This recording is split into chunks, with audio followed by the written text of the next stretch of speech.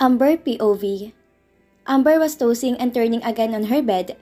2 araw nang nakalipas mula nung huli niyang makita si Sebastian. Ganun na rin siya katagal na nakakulong sa kwartong iyon dahil mahigpit na ipinagbawal ni Grandma Imelda na lumabas siya sa bago niyang kwarto. Inilipat siya ni Lola Imelda sa kwarto malapit sa kwarto nito. Ang sabi nito, mas makabubuti raw yon dahil mas madali siyang mapuntahan. Personal na inaasikaso ni Estelita ang kanyang mga pangangailangan ngayon. Tinitiyak na mayordoma na nakukuha niyang kanyang mga pagkain sa tamang oras. And in between the day, she checks on her. Mukhang nagre-report to kay Grandma Imelda na mula nung bisitahin siya sa dati niyang kwarto, ay hindi pa niya ulit nakikita. Pakiramdam na tuloy ay para siyang isang preso. Mabuti pa nga mga preso may dalaw, pero siya ni isa wala. Well, si Ma'am Divina, sinilip siya kahapon, pero hanggang sa pinto lang to. Binigyan lang siya nito ng pilit ng ngiti at kumakaway sa kanya. Nagmamadali pa nga. Kasama kasi nito ang aswang, asawang si Fernan. At kahit gusto niya makipag-usap sa kanyang biyanan, ayaw din niya mag-away to at si Fernan.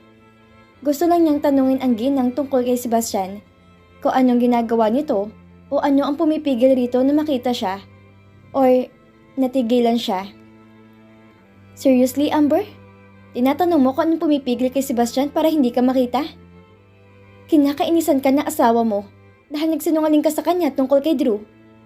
Mapanuksong sambit sa kanya ng kanyang isip.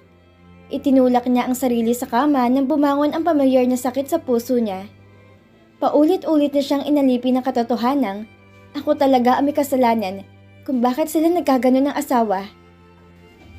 Ang kanyang maliit na kasinungalingan ay kumalat sa napakalaking sukat dahil sa pangangatog ng kung sino mang naglagay ng kulay sa pagtulong ni Drew sa kanya nang muntik na siya mawala ng malay.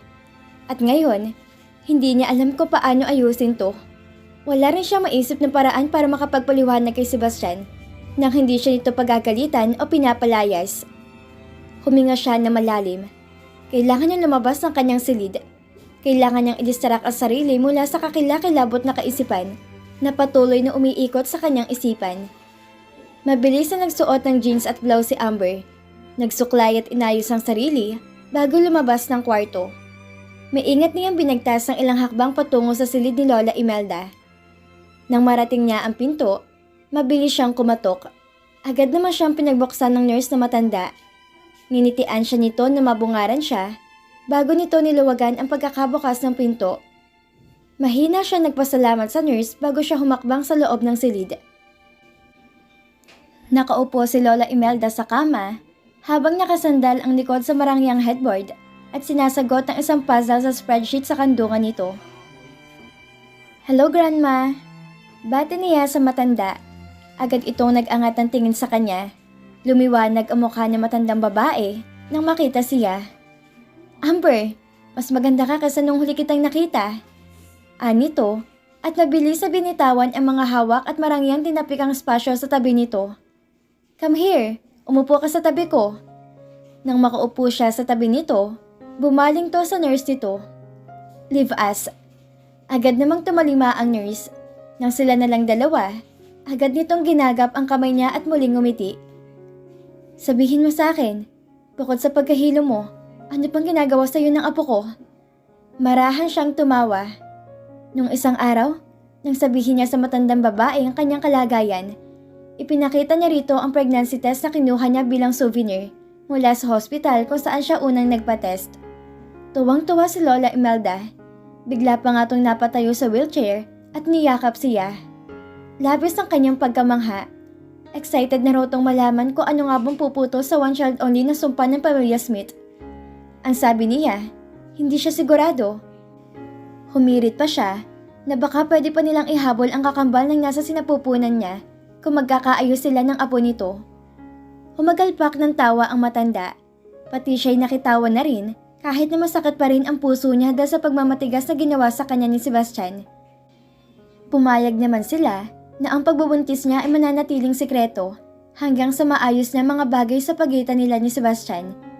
Sinabihan rin siya na matanda na lagi mag-iingat dahil ayun itong may mangyaring masama sa magiging apo nito sa tuhod. Siguro, Isa na rin yun sa dahilan kaya ayaw siyang palabasin ng matanda sa kanyang kwarto. Gusto nito masigurong kaligtasan niya. He's behaved the whole day, Grandma? Sagot niya. Sigurado, dahil nakakapahinga pa ako. Tumango-tango ang matanda. Thanks, good to hear. At least may nangyayaring tama sa bahay na to. Anang matanda at nagbuga pa ng hininga. What do you mean, Grandma? Marahan tong umiling. Huwag ka mag-alala tungkol dito, Iha. Madali itong malulutas sina Fernan at Sebastian. Nito, ikinumpas pa ang kamay. Simply telling her that the issue is dismissed. Anyway, sabihin mo sa akin, alam mo na ba kung lalaki o babae? Malungkot siyang umiling. I'm still 4 weeks on the way, Grandma. Masyado pa maaga para sabihin. Bumakas ang lungkot sa mukha na matanda. Sana talaga, nagpa-ultrasound na lang siya noon kay Doc Angel. Mas accurate din daw kasi ang bilang ng gestation period through ultrasound kaysa sa internal exam na ginawa ng doktora sa kanya. Mali ba siya na ginusto niyang sa first ultrasound ng baby niya? Naroon sana si Sebastian sa kanyang tabi. Habang nakatingin sa malungkot na mukha ni Lola Imelda, mukhang nagkamali nga ako na hindi ako nagpa-ultrasound sa Maynila. Kahit sana paano, may naipakita man lang siyang picture na magiging anak nila ni Sebastian sa matanda. The old woman smiled. It's okay, Amber. Masyado lang akong sobrang saya. Maya-maya pa, tuluyan na tong natigilan. Kahit hindi nito sabihin, alam niya ang nasa isip nito. Marahan niyang pinisil ang kamay na matandang babae. Makikita mo pa rin ang apo mo, Lola. Mabubuhay ka para makita siya. Kumurap-kurap ang matanda, na puno ng walang kasiguraduhan ang mga mata nito, at naiintindihan niya, sa bawat araw na dumaraan, patuloy na nauubos ang lakas nito dahil sa sakit. At marahil, nararamdaman ni Grandma na hindi na to aabot sa oras sa isilang niyang apo nito sa tuhod. You are so much loved, Grandma. At pagdating ng panahon, kapag sisiguraduhin ko malalaman pa rin ng anak kong kabutihan ng iyong puso at ng kabutihan ng iyong kaluluwa. Seryosong sabi niya. Muling tumitig sa kanya ang matanda kapag kaway ngumiti. Tell me, Iha, anong ipapangalan mo sa apo ko sa tuhod ko? Hindi ko pa po naiisip yun, Grandma. Tumango-tango ito. Tama, masyado pa maaga. Malungkot na sabi nito. Pero kung magsasuggest kayo, I'm very much open. Muling nagliwanag ang mukha ng matandang babae. Bubukan na sana ang bibig ni Lola Imelda na makarinig sila ng katok sa pinto. Ilang segundo pa, bumukas ang pinto at sumilip doon si Estelita. Nandito na siya, Doña Imelda. Mabilis na sumuyap sa kanya si Grandma Imelda bago ibinalik ang tingin sa naghihintay na katulong. Give me another minute or two. Nito, bago muling bumaling sa kanya. When the door finally shut again, muli ito nagsalita. Gusto kong ipangako mo sa akin na hinding-hindi ka aalis sa lugar na to, Amber. Kahit ano mangyari, hinding-hindi ka aalis sa bahay na to. Kumurap siya. Gusto ko maging tapat sa'yo. Hindi ko alam kung makakausap ko pa si Sebastian para ipausap ka ulit. Pero sisiguraduhin kong secure ang kinabukasan ng pamilya ko. Nito, bago masuyong humawak sa tiyan ko.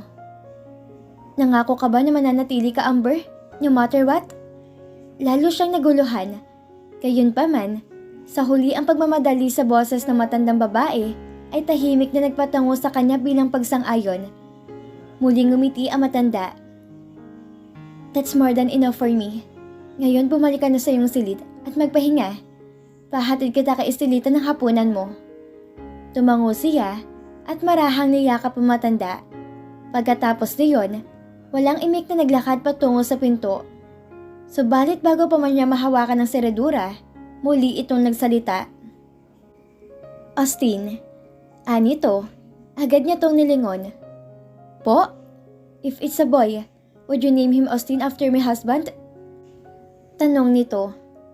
Ang kanyang mahinang umaasang asul na mga mata ay naghihintay ng kanyang sagot.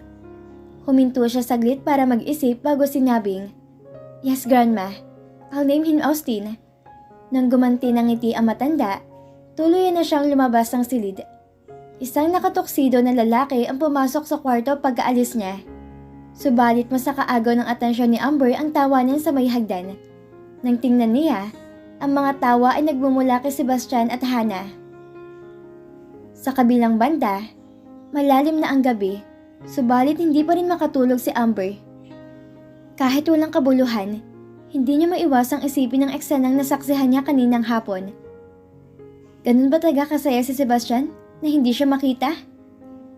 Kung ang pagbabasihan niyang lakas ng pakikipaghalakhakan nito kay Hannah kanina, mukhang wala nga tagat ng pakaalam kung makita siya nito o hindi. Kabaliktaran ang nararamdaman niya. Hindi niya alam kung pregnancy hormones lang yon o ano. Ngunit labis lang hinahanap-hanap ang presensya ng asawang malapit lang sa kanya. Kahit gaano pa ka-harsh ang pakikitungo niya sa kanya ngayon, alam pa rin ng kanyang puso kung anong kailangan nito. Ang kanyang asawa. Kanina matapos siya mag-iiyak dahil sa nasaksihan niyang eksena, she ended up throwing up in the bathroom twice. At pagkatapos niya magduduwal, mayroon pa ring isang lugar na nais niyang hanapin, ang kaginhawaan sa mga bisig ng kanyang asawa. It took her a great amount of self-control para hindi siya pumasok sa kwarto ni Sebastian at magmakaawa sa yakap nito.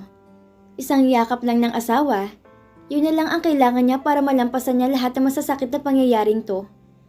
Hindi naman siya naghahangad ng sobra, isang yakap lang ang gusto niya. Sana. But how pitiful she is now that even that she cannot have. Sabi nila, hindi mabibili ang pinakamahalagang bagay sa buhay. At ngayon, she is a stern believer of that.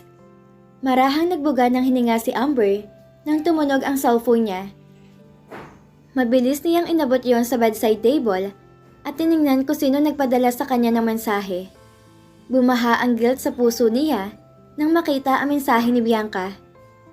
Kamusta ka na, Amber? 3 araw na akong walang naririnig tungkol sa'yo. Ano nangyayari dyan? Pinahihirapan ka na naman ba na magaling na lalaki? Bahagya siyang napangiti. Halos marinig niya ang boses ni Bianca na sinasabing mensahe na inis na boses. Honestly, hindi niya naalalang iteksto mula nung makauwi siya sa Nevada. Puro problema naman kasi ang sumalubong sa kanya rito. Pakiramdam niya tuloy, nakapulot siya ulit ng jinx sa kung saan, kaya nagsunod-sunod ang kaguluhan sa buhay niya. She composed a quick text, informing her friend that she had arrived fine and that she is okay. Siyempre, hindi niya masasabi kay Bianca ang ginawa sa kanya ni Sebastian dahil sa mga malisyosyong picture nila ni Drew. Hindi sa nag-aalala siya na magselos din si Bianca sa kanya o makakuha ng iba pang masamang impresyon tungkol sa mga larawan nila ni Drew. Gusto lang niyang protektahan ng kaibigan para sa anumang iba pang emosyonal na pansinin ngayon. Traumatic ang nangyaring aksidente rito, idagdag pa na nasa recovery stage pa to at kailangan lang to nagkaayos si Drew. Ayaw niyang pati siya poproblemahin pa nito. Mabuti nang wala tong alam sa nangyayari sa kanya para hindi na to mag-alala. Bianca is a pure soul. Deserve nitong maging masaya. And she doesn't want to ruin this moment for her best friend. Maya-maya pa, tumunog ulit ang cellphone niya. Nag-reply na to, kasing haba ng nobela. Puro yun pagpapaalala sa kanya tungkol sa kalusugan niya at iba pang bagay. In the end, Bianca ended the text with, I will always be here for you, Amber. Remember, sisters? Mapait siyang ngumiti. The last few words touched her. Dahil totoo, magkapatid ang turingan nila ni Bianca. Niwala silang lihim sa isa't isa. Sila ang naging haligi ng lakas ng isa't isa. At nakokonsensya siya sa pagsisinungaling kay Bianca tungkol sa maraming bagay sa buhay niya ngayon. Siguro sa tamang oras, sasabihin niya kay Bianca ang lahat. Hindi pa siguro ngayon na masyado pang maraming aayusin. Mabilis siyang tumipa sa cellphone niya at nag-reply sa message ng kaibigan. After that, bumangon siya sa kanyang kama at kumuha ng isang sachet ng gatas na ibinigay sa kanya ni Doc Angel before going out of her room. Yaman din lamang na hindi siya makatulog. Mabuti siguro magtimpla na lang siya ng gatas. Ilang araw na siyang hindi nainom niyon and she felt guilty for not being healthy emotionally lately. Kung hahayaan niya, kaya niyang iiyak buong araw. Nagugulong utak niya sa pag-iisip ng paraan para maayos ang relasyon nila ng asawa. Kaya lang, iniisip niya talaga ang baby niya. Alam niyang hindi maganda masyado siyang emosyonal because it really affects the baby. Kaya naman kapag kaya niya, mas pinipili niya magpakatatag at ibaling ang atensyon sa ibang mga bagay. Tulad ng pagbabasa ng mga baby book na dinownload niya online. Naghahanap ng mga cute na pangalan ng sanggol at kahit na nanonood ng kanyang mga paboritong dokumentaryo, kahit na ilang beses na niyang napanood ang mga yon. She knew she had to help herself because at the point of her pregnancy, she was the only one her baby got. Kaya kailangan niyang unahin ang kapakanan ng kanyang baby higit sa kahit na anong pamang sakit na nararamdaman niya. Liliko na sana si Amber sa kusina nang may nakita siyang mahinang liwanag din ang gagaling doon. May nakita siyang figura na hinahalukay ang laman ng refrigerator. Anino lang ang nakikita niya, kaya hindi malinaw na makilala kung sino yon. Kaya naman itinuloy niya ang paglalakad palapit sa kitchen hanggang sa ilang hakbang na lang ang layo niya mula sa fridge upang magulat lamang na mapagtanto niyang si Sebastian pala ang naroon. Agad siyang natigilan, hindi makapag-isip o makapagsalita.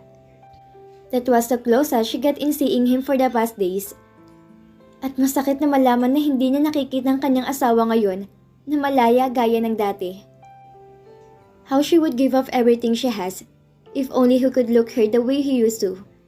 Maya-maya pa, natigilan si Sebastian. Naramdaman nito siguro ang presensya niya. Mabilis nung nag-angat ang tingin sa direksyon niya at na magtama ang kanilang mga mata. Isang alon na mainit na pakiramdam ang bumangon sa kanyang puso. How she missed looking at her reflection on those beautiful gray eyes. Mahigpit niyang ikinuyom ang kanyang mga kamao and to prevent her from rushing to his arms. Tumingin to sa kanya na parang tinubuan siya ng dalawang sungay. Kitang-kita sa mukha nito ang matinding pagkagulat. Ilang sandali pa, tumuwid na to ng tayo. His expression changed too. Anong ginagawa mo dito? Anito, at marahang isinara ang pinto ng refrigerator na nagpadilim upang ang malamlam na lang na ilaw mula sa gilid ng kitchen ay nanatiling liwanag para sa kanila. Kumurap siya at sandaling kinagat ang pang-ibabang labi. Hindi ako makatulog. Magtitimpla sana ako ng gatas. Then you can have the kitchen for all you want. Malamig na deklara nito bago mabilis siyang nilagpasan. Natataranta niya tong tinawag ulit. She had just seen him. Bakit naman aalis na to agad? Sebastian! Tawag niya rito. Huminto to sa tabi ng kusina. Nang hindi to pumihit paharap sa kanya, muling bumangon ang pamayor na sakit sa kanya. Ngunit muli niyang pinilit magsalita. Isasabihin sana ako. Nilinaw ko ng sarili ko. Ayoko makinig sa mga kasinungalingan mo. Pero tungkol to sa ang parte ng ayoko makinig sa iyong kasinungalingan ang hindi nag-click sa isip mo, Miss Gonzaga? Sarkastiko ang sabi nito bago unti-unti siyang nilingon. Napahikbi niya siya. Hanggang kailan ka magagalit sa akin, Sebastian? Kailan ka hindi makikinig sa akin? Ngumisi lang ito at sinabing, How about never? Isang kuryente ng sakit ang nalatay sa kanyang tiyan at halos bumigay na ang mga tuhod niya. Mabuti na lang at nakakapit siya agad sa kitchen counter. He won't forgive her. Sebastian won't forgive her. Hindi niya tuloy alam kung ano ang mas masakit. Ang nararamdaman niyang panandali ang sakit o ang katotohanang kahit kailan hindi na siya mapapatawad pa ng asawa. Turn off the light when you leave. I'm going. Malamig na sabi nito bago nagpatuloy sa paglalakad palayo. Nang sa wakas ay nag-iisa na si Amber, yun lang ang pagkakataong malaya niyang hinayaan ang pagpatak ng kanyang mga luha. Ang labis sa sakit ay labis na nalatay sa kanyang puso nang paulit-ulit. Hinayaan niyang umiyak ng ilang minuto bago niya inayos ang sarili. Alam niyang hindi siya maaaring manatili dito buong magdamag na umiiyak at nagmumuni-muni sa katotohanan na kinamumihian siya ng kanyang asawa. Nang bahagya siyang kumalma, wala sa sarili niyang hinaplos ang kanyang tiyan. Siguro, sasabihin ko sa daddy mong tungkol sa'yo sa ibang pagkakataon. Malungkot na bulong niya.